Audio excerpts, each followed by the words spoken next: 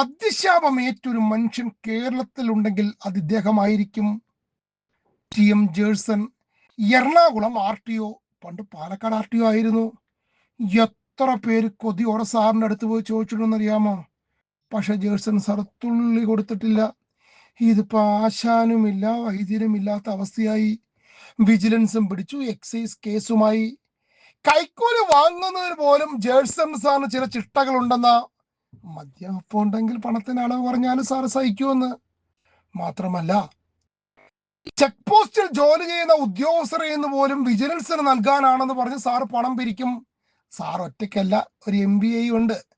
അദ്ദേഹത്തെ കുറിച്ചുള്ള വിവരങ്ങളും വിജിലൻസിന് കിട്ടിയിട്ടുണ്ട്. സാറ് സഹപ്രവർത്തകർക്ക് നൽകുന്ന ഉപദേശങ്ങൾ ഇങ്ങനെ: മാവിന്റെ ചൂട്ടിൽ വീണ് കിടക്കുന്ന മാങ്ങകൾ പറക്കാം എന്ന് പറഞ്ഞ് ആരും മാവ് വെട്ടിക്കൊണ്ടു പോകരുതെന്ന്. പക്ഷെ ഇതിപ്പോ സാറ് മാവല്ല, തൊട്ടപ്പുറത്ത് തേക്കും വെട്ടി. അതൊന്നുമല്ല സങ്കടം. ഇന്നലെ വരെ സാറിന്റെ ഏജന്റുമാരായിരുന്നു ഇരുവരും. ഇന്നിപ്പോ 3 പേരും കൂടെ ഒരുമിച്ചാണ് ജയിലിലേക്ക് പോകുന്നത്. അതിനൊരു പ്രോട്ടോകോളും ഇല്ലെന്ന്.